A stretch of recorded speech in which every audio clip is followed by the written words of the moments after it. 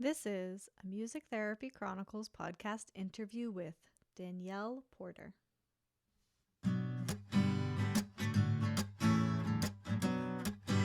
think I used to think a leader was just, being able to really just hone your craft and just be an awesome music therapist and do the best you can. And I still think that's true to an extent, and now that I'm a coordinator, I have a very small department, but I'm still a coordinator. And so I still have to function as a leader. And in coming into this role, I kind of gave a lot of thought, I have different relationships now that are sort of defined by my role. So how can I set myself apart as a leader versus who I was before? Yes, I'm still a music therapist, but now I have this coordinator title. What does that really mean? And what can I do? And even if, anyone listening who isn't a coordinator, I still think these are good questions to ask yourself. And so one of the things that John C. Maxwell says, he says to add value. So wherever you go, whatever you do, try to add value.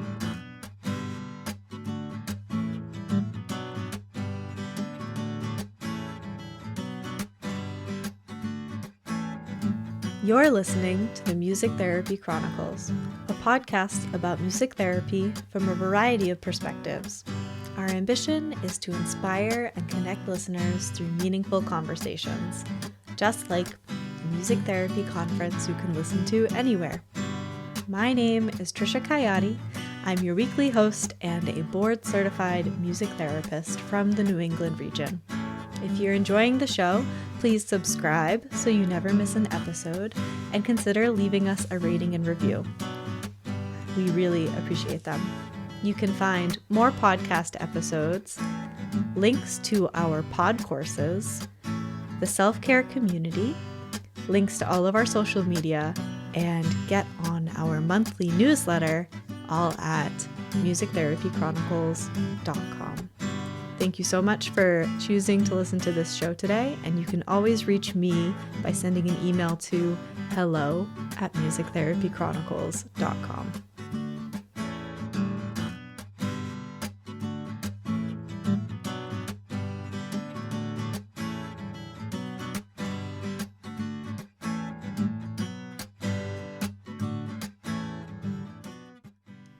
Welcome back to the Music Therapy Chronicles. I hope you are having an amazing day. Thank you so much for taking the time to be over here on the Chronicles with us today. My conversation with Danielle.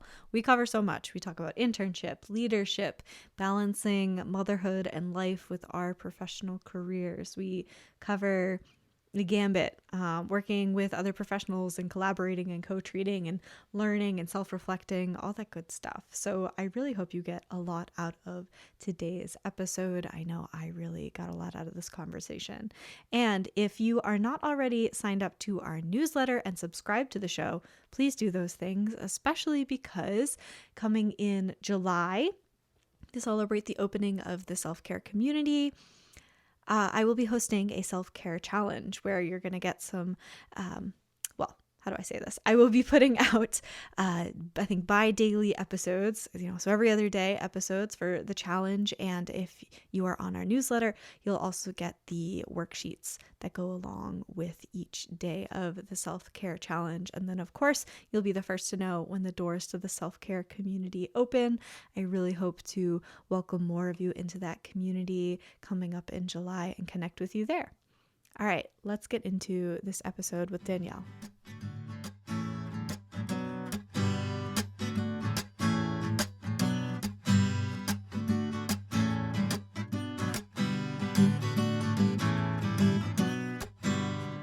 All right, Danielle, welcome to the Music Therapy Chronicles. Thanks for having me, Tricia. I appreciate it. I appreciate you taking the time out of your schedule to meet with me and work around your work schedule and my schedule, and that we were able to coordinate this. I really am grateful for that. So thank you. Yeah. So to start us off, can you tell the listeners a little bit about yourself? And it can be music therapy related or not. Okay, sure. So I am a neurologic music therapist. I work at Brooks Rehabilitation in Jacksonville, Florida. And though I work in Jacksonville, I kind of live out in the country. My husband and I and our daughter, we live on like 8.5 acres.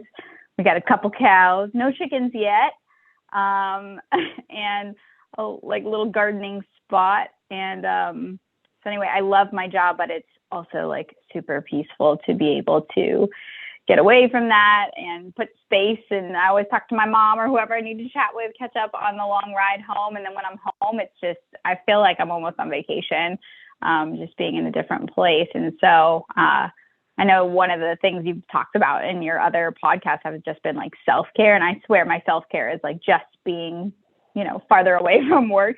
Even though I love my job, I think it really helps me to wind down. Yeah. Yeah, there's something to be said for a stark contrast in environment for where you work and where you rest, for sure. Yeah. And I mean, it was really, it's been a big change for me because I grew up in suburbia in South Florida. And so I grew up on, I don't know, a postage stamp of a backyard. And so now I'm like, wow, okay, what do we do with all this space? So it's been an adjustment, but we love it. Yeah, good for you. That sounds lovely. Yeah. So tell us how you found music therapy and how your journey has taken you from then to now. Yeah, great question. So when I was in college, or rather when I was in high school, I knew I always wanted to do something with music. And I did all that fun honor band stuff. Clarinet, was my primary instrument. And I was like, this is great. Performing is great. But I was like, gosh, I have so much anxiety. I literally don't think I could do this as a profession. And just knowing that you had to be like the best of the best to be in music performance, I was like, that's just a lot of pressure. I'm going to develop an ulcer by the time I'm 30. So I was like, let's not go that route. Yeah. So I was like, let's not go that route. But I was also really interested in psychology. And so I came upon music therapy. And so starting when I was like a junior in high school, I shadowed a couple of music therapy sessions. This one big private practice in Broward County, they were open to having me observe and then even like kind of help co-treat a little bit over the summer. And so I learned so much, and I was like, this is definitely what I'm going to school for. And, I always had a passion for helping people, especially, geriatric persons, because I had elderly grandparents growing up and I just loved being around them. So all of that kind of led me to music therapy. So here I am. That's awesome. And now you are leading an internship program, it sounded like. So you get to kind of give back that way. Yeah, that's honestly one of my favorite parts of my job, is just being able to give other students that opportunity, especially with, the neuro rehab setting. Is there are so few music therapists that work solely in this setting. They may contract in this setting, but like employed by a neuro rehab facility, that's really unique. And to be a part of the culture and the team day in and day out, I feel like that's so special. And, the obvious thing to do was to open it up as an internship opportunity.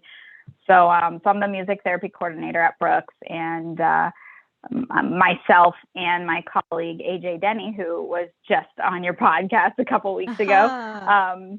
Yeah, she takes an intern too. So we just have 2 intern spots that are open every 6 months. So we usually take students in January and then again in June. And the really cool thing about the June internship is it overlaps a little bit with the students who started in January. So like the former students who are finishing get to continue their journey of learning by teaching the next student for that 2 weeks that they overlap. And it's just a really beautiful thing to witness, to see, one student just really blossom and the other one's eyes, big as headlights. They're like, wow, what is this? Oh my God, I can't write enough down all at once. Yeah. So, I love that. Yeah, it's very gratifying. And then, to see the students when they're done to like take the helm and because they get to have my whole caseload. So my student right now, she has my 14-person caseload, and she's killing it. She's rocking it. Awesome. Hopefully she listens to this and gets to hear that. I'm sure you give her that feedback anyway, but it's still cool to hear, when you're not there to listen to it live. That makes sense. Yeah, how cool. That's something I wish I'd had in my internship, was any sort of overlap or camaraderie or anything like that. So for anyone listening who's trying to set up an internship, I am biased in thinking that's an awesome model, and that more internships should be like that. And I think it's just really helpful, like with the student being able to say to the new student, like, hey, it's okay that you're overwhelmed. I was totally in this place. Let me help you. Let me teach you. And then also let's hang out together after work, and let's watch a movie, or, whatever. Let's grab a drink. Like I think that's really important. I had overlap in my internship, and I just really fondly look back on that. And so I was like, how can I make this happen in our internship? So our students, so far, the feedback has been they really like it. Yeah. Yeah. And like you said, you get to create those bonds. So then when you go into the professional setting, it can be isolating. So it's nice to be able to fall back on those friendships you've made. And the other thought I'm having is, as the intern who's leaving, being able to kind of provide some guidance, I think is a great reflection opportunity on how much they have learned. Because when you're in it, even if you're in like the last month or so, it can still feel like there's so much to do. There's so much to learn, like this is ending, and like, I don't even maybe don't feel like I've come that far, but then to be able to impart your wisdom on someone else is like, oh, like I have picked up all these skills. I have learned all these things. I'm capable of more than maybe I thought I was. Yeah, very self-affirming, definitely. Yeah, that's a very concise way to say that. Cool. So tell us about your thoughts on an interdisciplinary collaboration in your setting. And maybe if for anyone who's not really familiar with where you're working, the community you're working with, can you like paint a little bit of a picture for us, and then tell us your thoughts on interdisciplinary approach? Yeah, absolutely. So definitely I'll start with, where I work. So Brooks is a really large not-for-profit organization, and we have two main inpatient hospitals, and we take neurologic injuries such as stroke, brain injury, spinal cord injury, neurodegenerative disorders. And so in addition to the inpatient hospital, we kind of have this kind of continuum of care is what we call it, where after somebody's done with their rehab at the inpatient hospital, where do they go next? Well, they can go to a number of different kind of sub-programs that Brooks has. So we do have a skilled nursing, we have assisted living, we have memory care, but also we have a lot of really niche day programs. So we have a brain injury clubhouse that also does vocational training in addition to just activities for cognitive stimulation throughout the day. Then there's a Brooks Aphasia Center for people with communicative disorders. So I can't even communicate. I said purple. I need the Aphasia Center. And that's actually one of my favorite places to work. And then we also have like a intensive neuro day treatment program too, mainly for people with brain injuries. So there's just, and then of course, outpatient therapy. So there's just so many places to continue the therapeutic rehabilitation journey. And for me, I'm super, super lucky because even though I'm mainly at the inpatient hospital 3 days a week, on my Fridays, I get to go to some of those areas I just mentioned. And I actually get to see patients that were at the inpatient hospital, and they've rotated to one or two of these other places where I either run groups or individual sessions. And it's just so cool to see them going from being in a wheelchair to being able to walk to, being able to communicate with their loved ones, to, going out there and trying to get a part-time job. Like it's so incredibly rewarding. Yeah, I'm imagining if I myself or if a loved one was in a situation where they had to go into inpatient care, and how much peace of mind it would give me that they wouldn't be like bounced around between different providers and on every stage of their journey, that they would be in a place where like the path is laid out for them. Like you said, there's that continuity of care. They'll probably see more familiar faces than not, even when they transition. And for you as a care provider, that's so cool to be able to challenge your skill set in each of those areas of growth. So like you can really hone in, like, sometimes you can really hone in on, like, we'll say inpatient, like that's your jam, but to be able to follow people through all of those, and as an intern to be able to have experience with all of um, those different levels, that's really cool to think about all within one system. Yeah, you're right. It really is a challenge to the skill set. Like, for example, this one young gentleman I had, saw him in the inpatient hospital. He was pretty much just referred to us for cognitive reasons, so mainly memory and attention, and executive functioning. And so then we saw him at one of these other day treatment programs, and we're like, well, okay, well, he finished. He did really well with, all the cog stuff. What are we working on now? And lo and behold, he was referred by his physical therapist to that extra day treatment program. And so we were co-treating with PT on gait training and balance. And so it's just cool to work on a different skill set, not only for us, but a different domain for the patient as well, depending on the setting that they're going to next, and, dependent upon their progress, of course. But I guess that kind of brings us full circle into kind of the second part of your question about interdisciplinary treatment. So I get to co-treat with physical, occupational, and speech pathologists. And I swear I owe like 50% of my knowledge to these experts, because that's exactly what they are. They're experts. I feel like my education at my university, I went to Florida State, was wonderful. But I feel like nothing can replace, that clinical experience. And I have wonderful mentors. I have a wonderful speech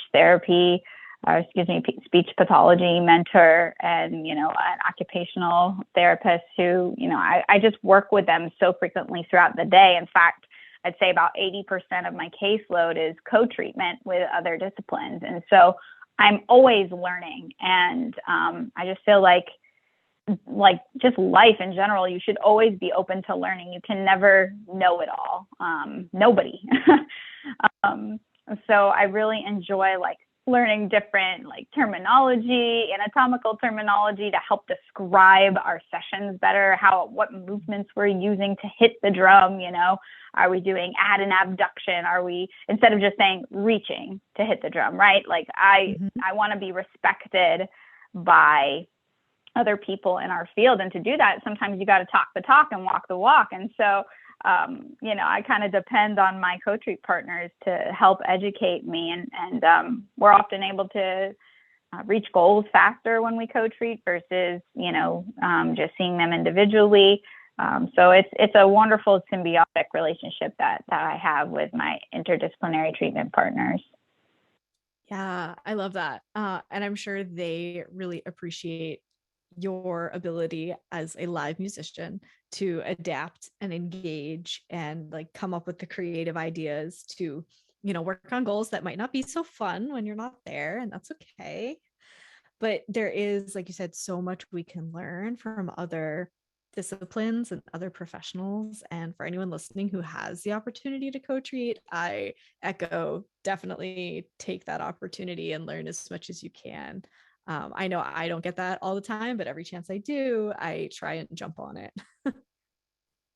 Yeah, it's a blast. And one of my favorite things that comes out of co-treating is when we collaborate on an idea and adapt an instrument in some way, or for example, we use mallets for playing drums, or steel drums or whatnot. And so if a patient has difficulty with grasp, we've taken a U cuff or a universal cuff and been able to build it up, make the padding thicker, or insert the mallet so it fits into the U cuff, so that they don't, even if they don't have full grasp and they might otherwise drop it, they're able to maintain that grasp and continue through with the activity and still feel successful. So I love working with that, and just finding raw materials like Velcro and sticky paper and tape and all sorts of stuff, splinting material to create these adaptive tools that we need, that are so important in the moment to help the patient achieve their goal. Yeah. I'm curious, we've said that we definitely learn a lot from other disciplines. Is there something that you find yourself frequently teaching back, or frequently information that you're imparting on those other disciplines that maybe they didn't have until they got to work with you? That's a great question. Well, just the way that healthcare is, there's turnover. It's a very competitive market right now. And so I'm always advocating for what I do, just because that turnover is so high. But even when it isn't high, like let's just say with a person I've co-treated with for a long time, I feel like one of the things I educate on a lot, especially with speech therapists, is melodic intonation therapy. Even though this was a technique that was coined by speech pathologists, I find that a lot of speech pathologists don't use it because they are worried about their singing voice or whatever. But they also don't really know who make the best candidates for this protocol. So yeah, it's interesting talking and educating about that, and then just generally educating each discipline on what can we do to help your session and your specific goals. We always go into the beginning of the session, we try to game plan real quick before we enter the patient's room. And sometimes I'll throw in a little tidbit like, oh yeah, and by the way, we can work on this goal by doing X, Y, Z. And they'll say, oh, I didn't even think about that. Sometimes it's just giving like those intervention examples, not necessarily educating, but just kind of reminding them what our capabilities are. Oh, that last part, reminding them what our capabilities are.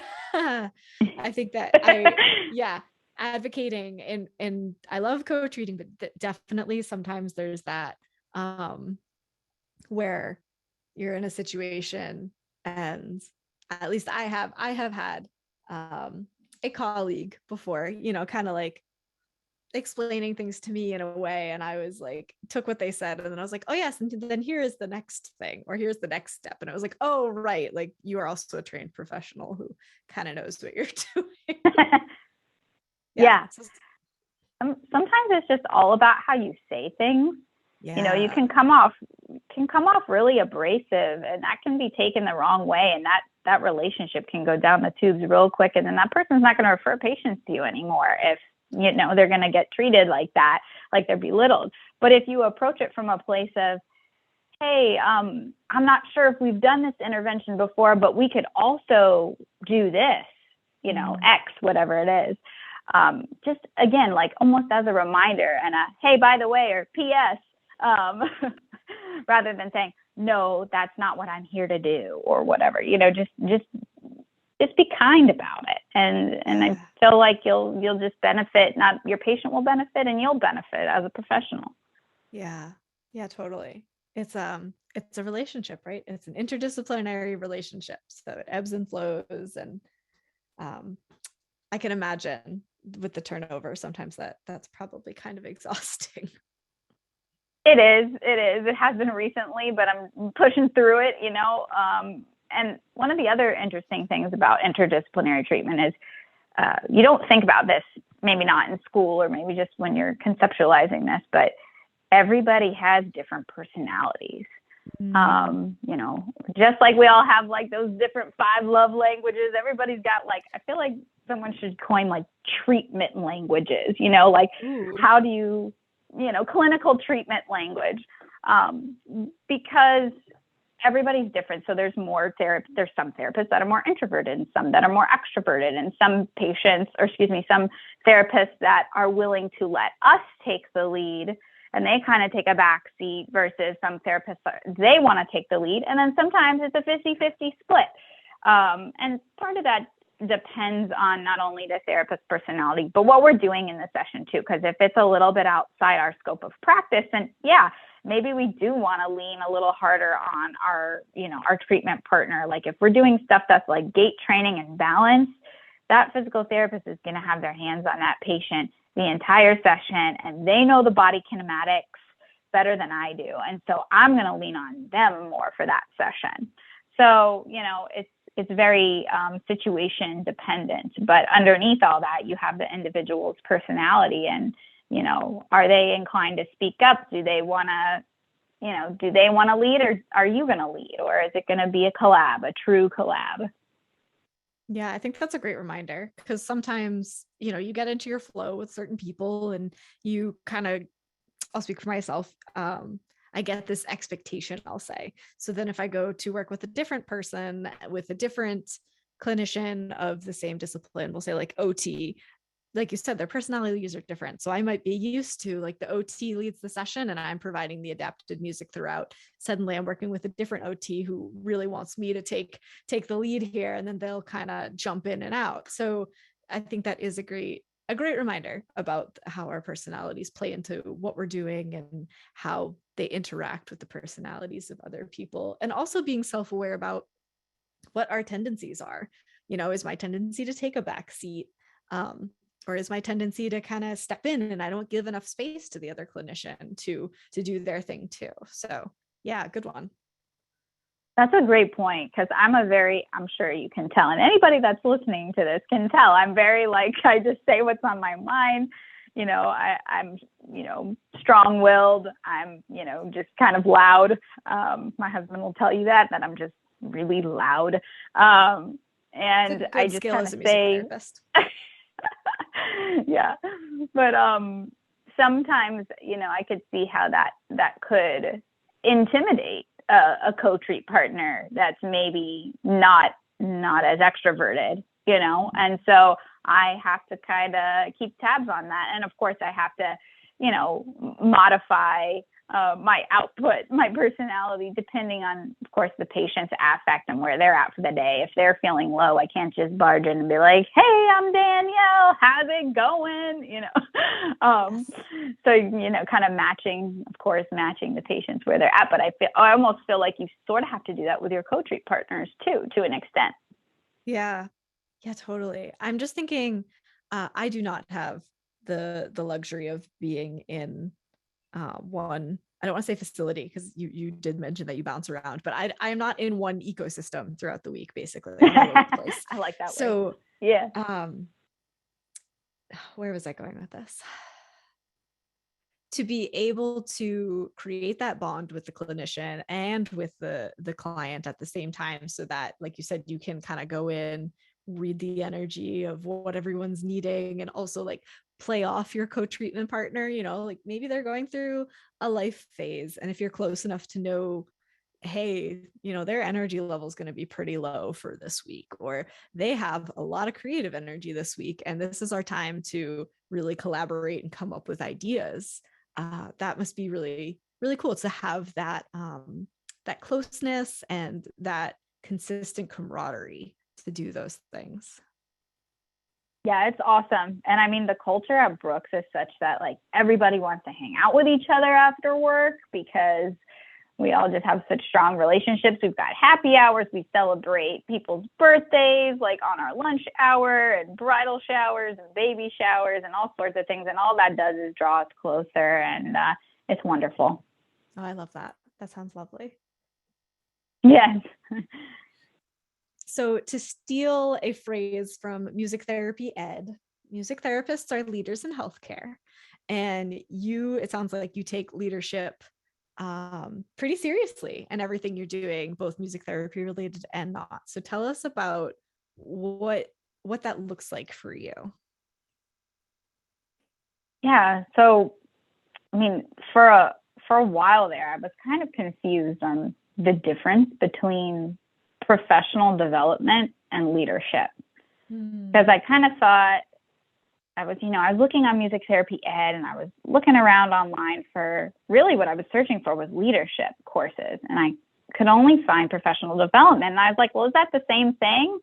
And for a while I thought, well, are you a leader by engaging in professional development? And I guess the short answer to that was I found out no, right? So leadership is kind of like its own separate thing.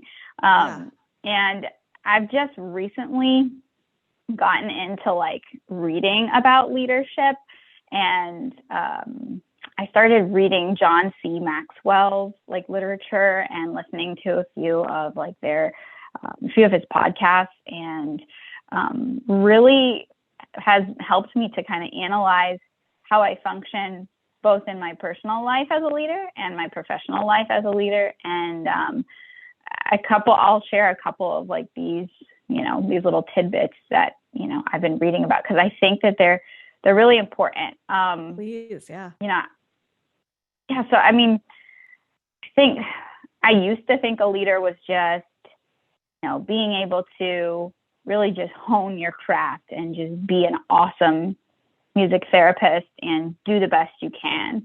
And I still think that's true to an extent, and now that I'm a coordinator, I have a very small department, but I'm still a coordinator. And so I still have to function as a leader. And in coming into this role, I kind of gave a lot of thought, like, I have different relationships now that are sort of defined by my role. So how can I set myself apart as a leader versus who I was before? Like, yes, I'm still a music therapist, but now I have this coordinator title. What does that really mean? And what can I do? And even if, anyone listening who isn't a coordinator, like, I still think these are good questions to ask yourself. And so one of the things that John C. Maxwell says, like, he says to add value. So wherever you go, whatever you do, like, try to add value. So thinking about your organization that you work for, how can you add value? And so for me, I've kind of taken that, and I've tried to think about like what we do at Brooks to help elevate patient and employee satisfaction, which is a huge focus at our hospital. And so I joined our satisfaction council, and I've been, going to the meetings and contributing a lot of ideas. And even though I'm a loud person, usually in meetings, I'm actually pretty quiet. I'm just like processing stuff, and I just kind of keep my ideas to myself. So lately I've just been spouting these ideas. Like, I think I accidentally took over the last meeting that we had, because they didn't really have an agenda, and they were like, Danielle, do you have any ideas? And I was like, I have a whole bullet list. And they were like, okay, That's Danielle, awesome. why don't you run the meeting today? And I was like, okay. So, I think that as music therapists, because what we're doing is like, it's important work, but I think sometimes we get stuck like, that's the only way we can add value is doing what we went to school for. Well, I'm adding value in a different way to our organization by trying to think of ideas that are not music therapy related.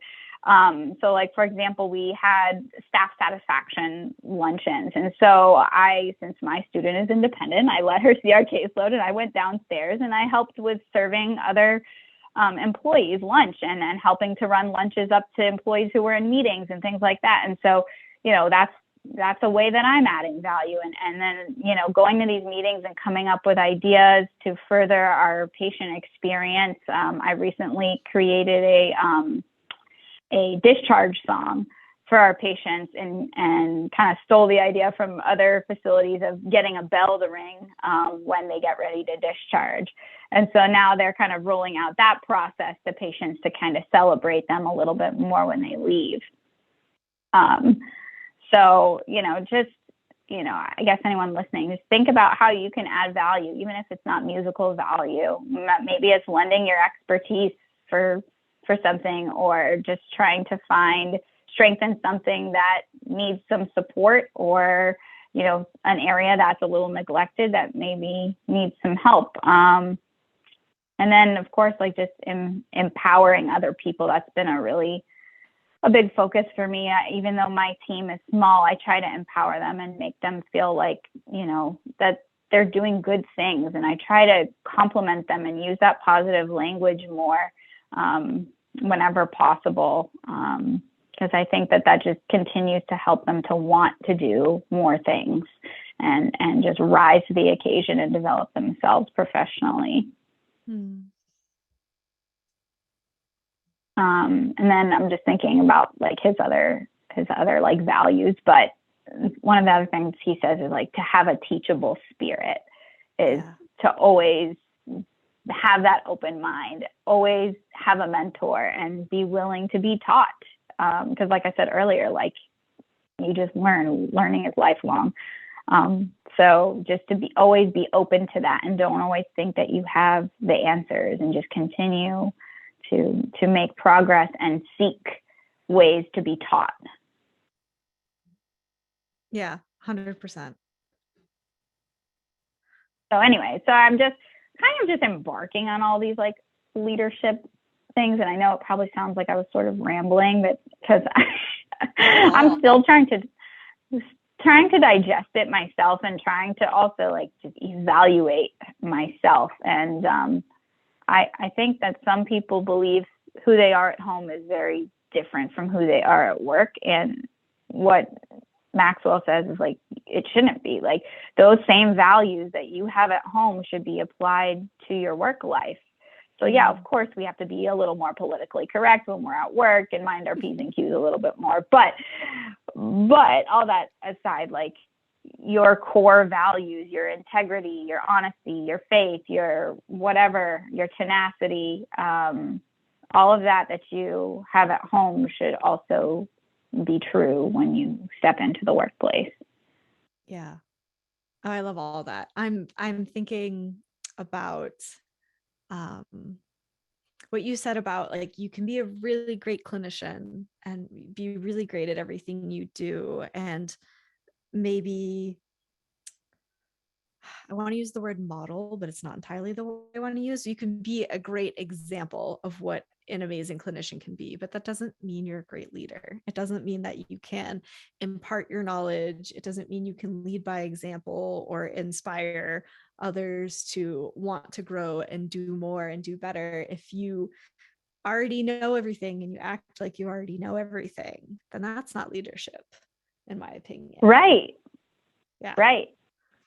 And then one other thing, you know, I am the first to admit that, like, I swear I inherited this from a family member. I won't say who, but I tend to have, just in case they listen to the podcast later, you know, but I tend to have a little bit of like an envious bone in my body. And so whenever I feel that envy kind of creeping up, I'm like, no, wait a second.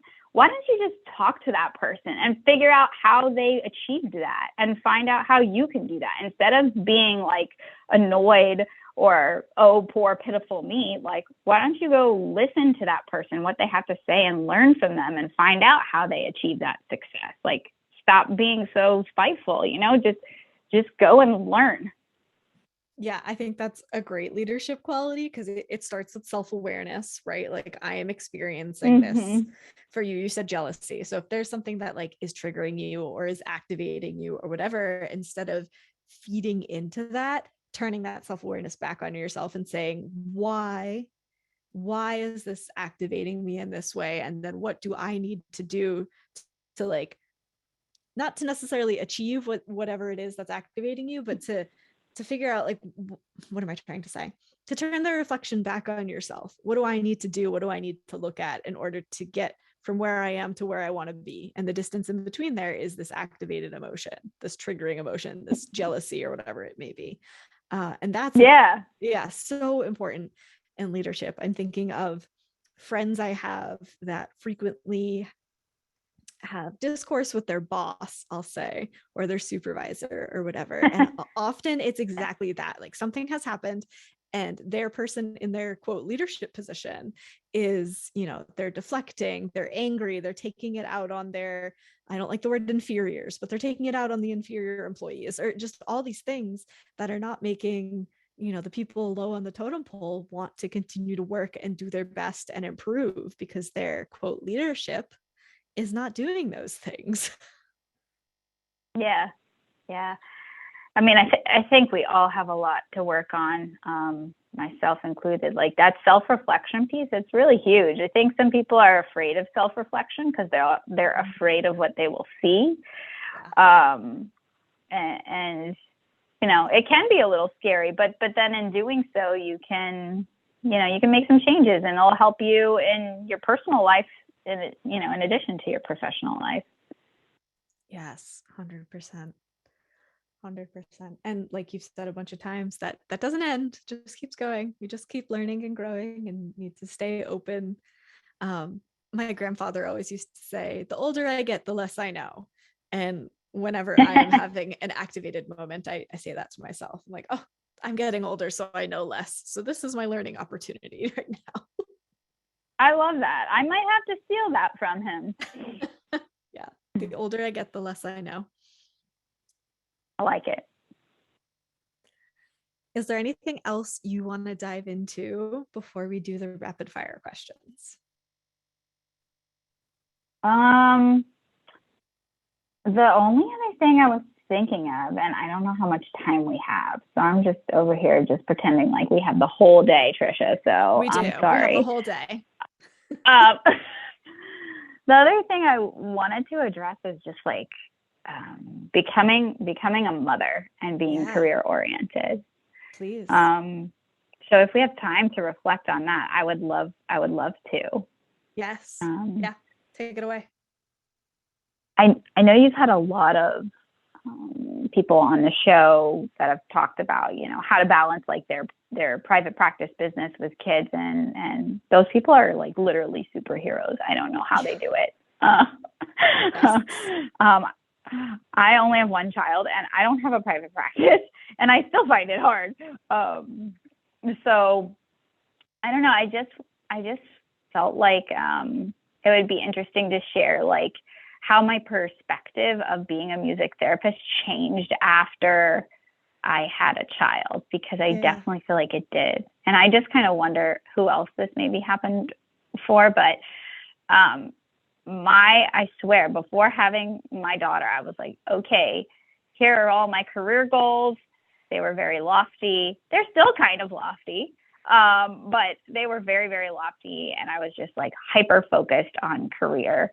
And I was like, okay, I'm pregnant. That's fine. We're going to have a kid, and that's fine. I'm going to go back to work, and then I'm going to resume all these crazy lofty goals. And what I didn't factor in was that after I had a child, that my role would be redefined. And I guess I always thought of myself, like, first and foremost, when people think Danielle, I thought that they thought Danielle, the music therapist, which is interesting. Like, not a quality about me or anything, but rather my job. So maybe that I had some skewed thinking.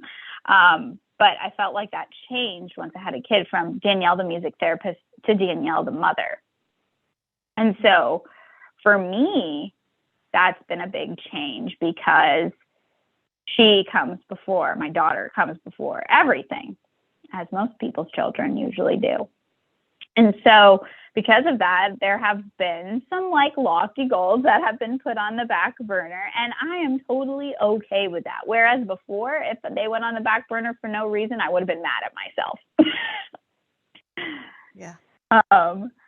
So, I just, to anybody out there who's a music therapist, who's getting ready to have children, like, it's okay to let some of those career aspirations go by the wayside, and to know that you'll pick them back up later. It's okay. But being a mother is it's so rewarding, in a completely different way than being a music therapist is. Not saying one is better than the other. I don't like to categorize things like that. But I don't know. I think having a child made me come to terms with more of who I am as a person first, rather than Danielle, the music therapist. Yeah. I don't know. Just food for thought. Yeah. I don't have kids, so I can't speak to that, but I can imagine what it's like to, like you're saying, have this vision of yourself. I'm Tricia, the music therapist, or I'm Tricia, the podcast host, or whatever. And from my personal experience, I am a recovering workaholic. And so to be able to spread my identity across different ways, to say I'm also Tricia, the hiker and the dog mom and the gardener, or like whatever it is, to be able to see yourself through those different lenses, and also in doing that, reprioritize your life in a healthy way. Because like I said, I was a workaholic. So work for me was like a deflecting coping mechanism, very unhealthy relationship. So for anyone listening, kids or not, the reminder that you can put your career goals down for a little bit, or push them off, or come up with completely different goals for yourself. And that's okay. I think that over the next few years as a collective, not just music therapists, but people in general, we're going to be redefining what success is and what it looks like for the individual. And maybe all those goals you set for yourself when you were in high school and college and fresh out of school, that you thought, this is where my career is going and this is what success is going to look like, and I will get to all of those things. Being able to say like that can change and I am still successful, and look at all these other areas in my life I've been able to grow in. Yeah. It sounds like you and I suffer from the same affliction, the whole workaholic thing. I mean, really, if I didn't have my little baby girl, I would not be clocking out on time like I usually do now. It hit 6:15 and I'm like, time to go. Let's go. Got to go see that baby. And before, I'd be like, I'd text my husband, hey, I'm going to stay a half hour later to finish up this project or this resource packet or whatever.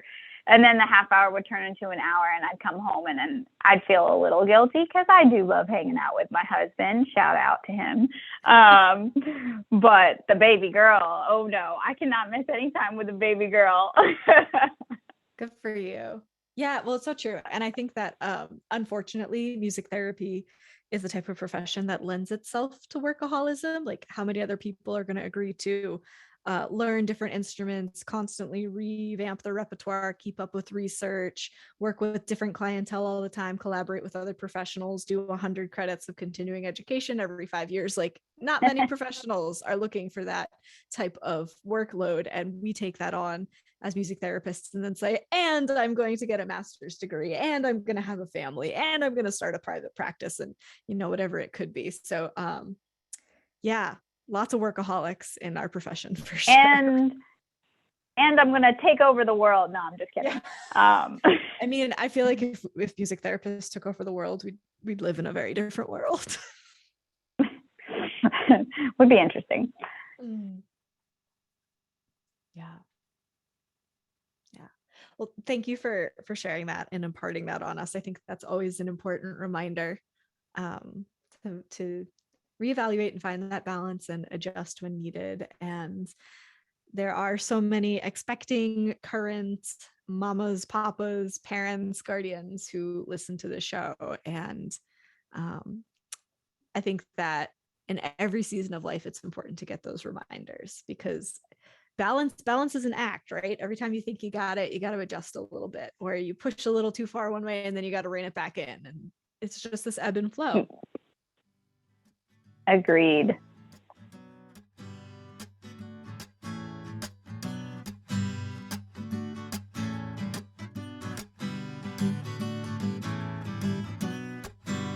This podcast is sponsored by the Music Therapy Podcast Collective, also known as MTPC, where you can find a variety of CMTE opportunities in the form of pod courses.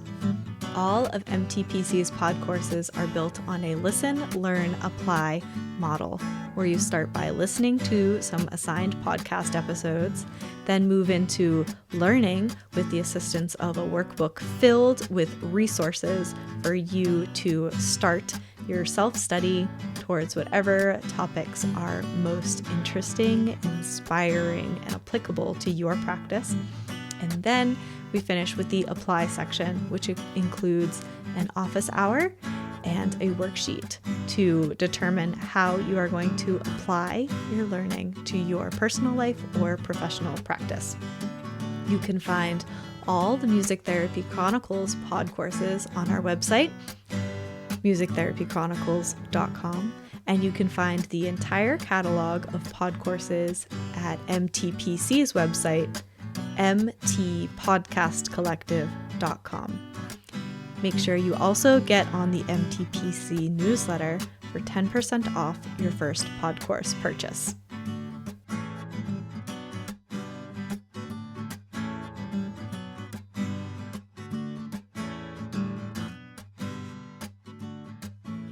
I'm really anxious about these rapid fire questions. Oh, don't be. They're all about you. And the questions are short, but your answers don't have to be. Okay, I'm ready. Okay. The first one is coffee or tea? Neither. Fair. Hot chocolate. Ooh, yes. Even in Florida? Well, I'm a seasonal hot chocolate drinker. But in Florida?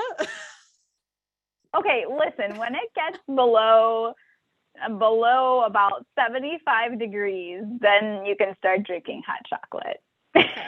Well, my New England blood says below 75 degrees is still a warm summer day. Absolutely, for you it is, but Yes. I grew up in Florida, and 75 is like, all right, I can wear a light jacket today, and I can wear my short boots. It's so interesting. So interesting. Yeah, one of my friends used to make fun of me. She's a good friend of mine and was an intern.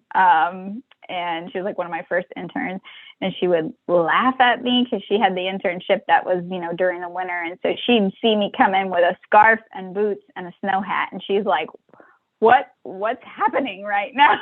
Yeah. It's all relative. She's like, why are you dressed like that? I'm like, 'cause it's cold out. I might catch a chill. Part of it's just a fashion statement. It's like, yes, I can wear a scarf. Cool. Yes, I could see that. I definitely. And also everything in Florida has AC. So for like my body that is not used to AC, right? Outside is hot, but as soon as I walk into a building, I'm like, oh my gosh, it's cold. Like now I need layers. Right. All right. The next one is early bird or night owl? Oh, night owl for sure. Yeah, my husband, the baby go to sleep, and I'm still up for another 2 hours, usually not doing anything super productive either, unfortunately. But it's good to have that time to yourself. Yeah, my wind down time. Totally. Something you'd tell your younger self? It's kind of a tough one. Probably just,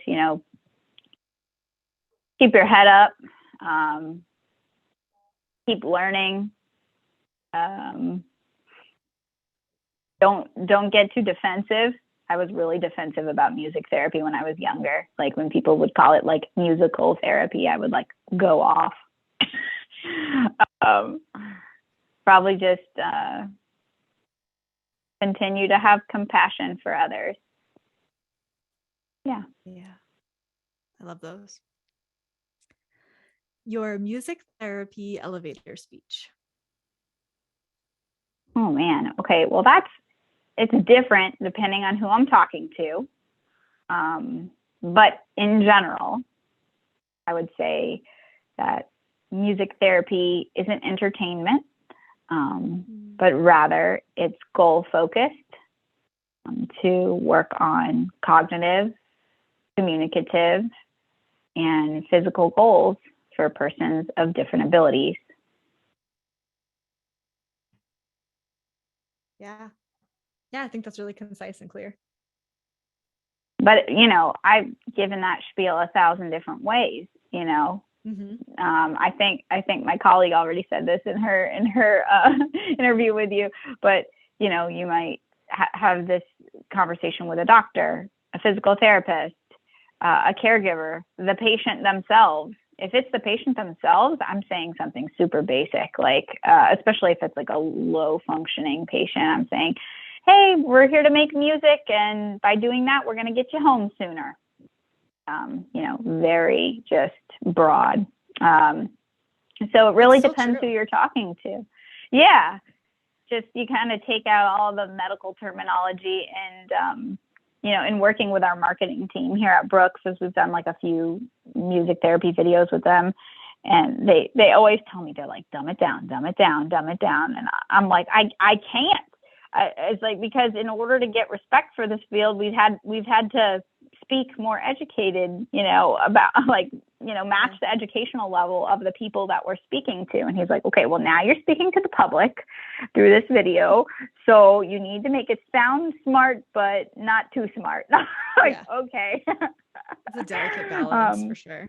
It is. So it really just depends who you're talking to. But that the whole music therapy is not entertainment. That's usually the first sentence out of my mouth to everybody. Yeah, for sure. Your favorite self-care practice? Ooh, I like doing arts and crafts. I do a lot of different artsy fartsy stuff. Cool. Yeah, I like to, I work with resin. Actually, recently I've been making these music therapy badges out of resin. They're pretty cool. And then I make like wreaths, like, for doors. I used to make cards for like, stamped cards and stuff. My bestie showed me how to do that. And yeah, just a little bit of everything. Right now, I'm DIYing literally everything for my daughter's birthday in July. Lovely. It's important to have creative outlets other than work and music. Yeah, crafts. Yeah, they're the best. Yeah. All right. Something that's currently adding value to your life. I think my garden that I have right now is adding value. I know this is not music therapy related, but you said anything. Oh yeah, anything. Yeah, we have two little 10-foot long gardens, and one of them's got veggies and is not doing so hot, but it's struggling. I cooked some squash yesterday out of the garden and peppers for my meal prep. So I was like, this is awesome. Like, I'm eating what I'm growing. Like, this is cool. Yeah. So that's adding value nutritionally and just like, making me feel good about that we're doing something, natural. And then the other planter has flowers, and I have some zinnias, and they're all starting to bloom right now, which is super exciting. I love watching the butterflies and the bees and everything like pollinate them, and I just get home from work and there's just this pop of color right by the house where everything's blooming, and it's so beautiful. Nice. That must be really lovely. It is. And then it's like a total educational point where I like take my daughter out there and I'm like, what color is this flower? And oh, look at the butterfly. What's the butterfly doing? So yeah, it's fun. I grew up at and also was a counselor at nature camp for most of my young adult life. So I thoroughly approve. Oh, cool. That sounds like it was super fun. How many years did you do that for? Somewhere between 10 and 20 with a couple of years off in between. So between the ages of like 5 and 25, I think. Okay, so you're the person I want to go hiking with then. Or if I get lost in the woods, you're the person I want to get lost in the woods with. I mean, maybe some of the information sticks, some of it doesn't. So I used to be able to tell you, like, these are the plants you can eat, these are the plants you can't eat, this is what this animal does. Like, but I used to be really good at that. It's been a little while. I'm rusty, we'll say, but I still love a good hike. You just need a refresher and you'll just be back at it. I'll make sure next time I'm up there to hire you as our trail lead. Love it. All right. Your favorite intervention or song to use in a session? Okay, I'll go with intervention. Intervention is the NMT technique, MuStim, musical speech stimulation. It is my favorite because I use it mostly with my favorite population, which is aphasia. And I just love it because the individuals that have kind of the expressive form of aphasia, who have difficulty, saying their wants, their needs, their name, anything, it's usually through music that we're able to get them to say to their spouse or somebody, I love you, or, just to be able to sing a song, and where before they weren't even able to say their name, but yet they're able to sing all these lyrics of the song kind of in the fill in the blank style. And it's always a tear-jerking moment for both the patient and the family whenever there's that first breakthrough, and it's like literally the most magical moment. And I love it. It's amazing. Yeah. Oh, how rewarding to be part of that. Yeah. All right, the last question is, where can the listeners find you and connect with you? Well, I am kind of like you. I'm not, actually, I'm less than you because I don't have a podcast.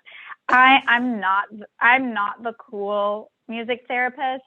My coworker, AJ, who we know has her own TikTok, the one with music therapy, I'm giving her another plug.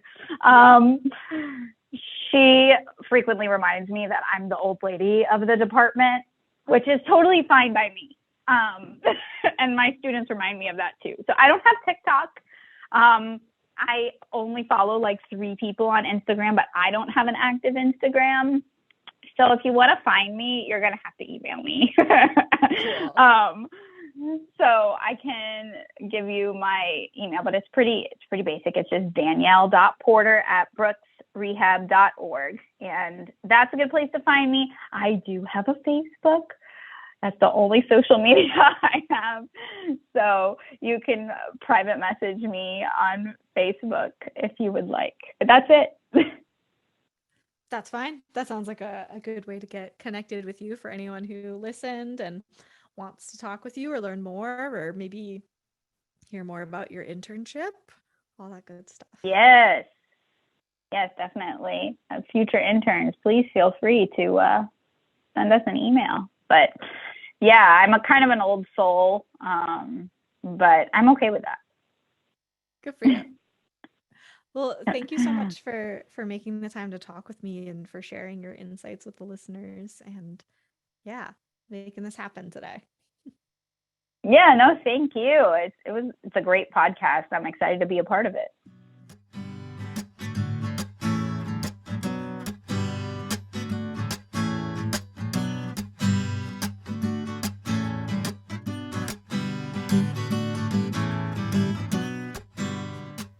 Thank you for listening to today's episode and making the time, choosing to be over here on the Music Therapy Chronicles. I'm really grateful for it.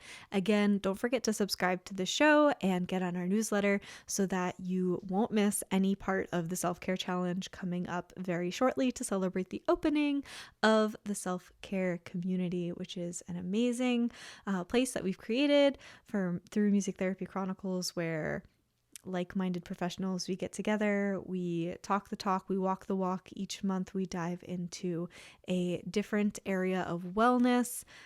For example, this month, June, we've been talking about occupational wellness, and we've had some really great conversations about that. But anyway, you'll hear more about that in the self-care challenge. So for now, just make sure that you're subscribed and on the newsletter so you don't miss any of it. Thank you again for taking the time to listen to today's episode. Please find us on social media if you haven't already so you can stay up to date on everything, and I'll see you in the next one.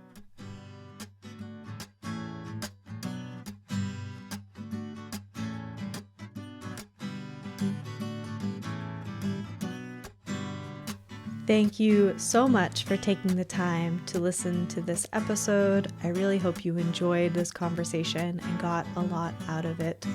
If you're looking for more Music Therapy Chronicles, you can check out our website, musictherapychronicles.com, for more episodes, blog posts, social media links, contact information, our self-care community, and our CMTE opportunities in the form of pod courses.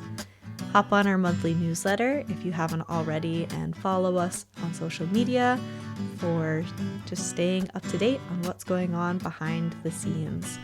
We are Music Therapy Chronicles on all of the platforms.